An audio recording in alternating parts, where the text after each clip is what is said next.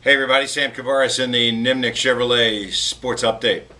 The Jaguars are 1-3 as they head against the Bears this coming Sunday, a 4 o'clock start by the way. There might be a little rain again. But then it's the bye week, something that they really didn't want to talk about. They wanted to concentrate on the Bears game, and that's what they were thinking about. Mike Mularkey said, look, we're getting what we can out of these players. I thought that was a telling comment when asked about whether they needed to be more emotional or what kind of team this particularly was. Mularkey agreed with some of the players, including Paul Posluszny, by saying, look, sometimes I think that's counterproductive, and they don't need somebody to be a yeller and a screamer. They just need to play better. And while that's true, the question is how do you take what they're doing on the practice field, which everybody agrees, players, coaching staff, is pretty solid stuff. And Mularkey even said, I see things happen on the practice field, and the same exact thing happens in the game, but our guy doesn't make the play. And that's what it comes down to.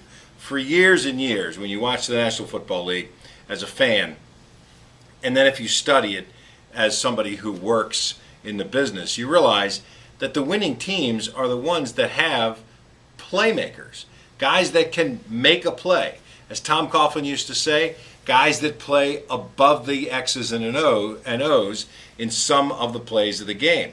Not every play. And in fact, Mularkey singled out Landry as a guy who's had an opportunity to make a bunch of picks but hasn't been able to. Look what happened last week. Intercept the ball basically on the first series. This is going to turn the entire game.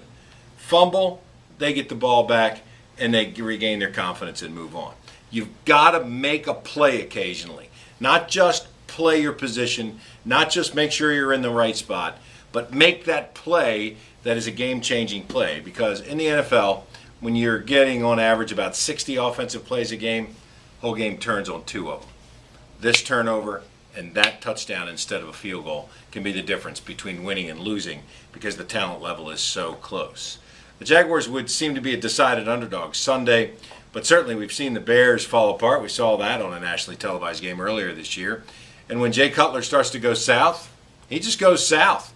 And he's played very well recently. They have skill position players who are excellent, and their defense doesn't seem to have any weaknesses. If the Jaguars are to win, they'll have to bring what they're doing on the practice field to the game Sunday, and that means make some plays, some kind of intangibles.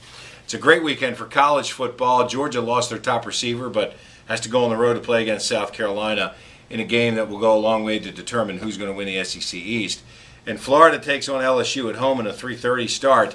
Certainly LSU doesn't look that scary after the last couple of weeks. Neither does Georgia.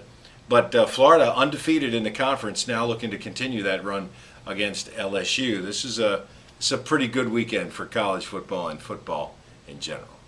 I'm Sam Kavaris, and that's the Nimnik Chevrolet Sports Update.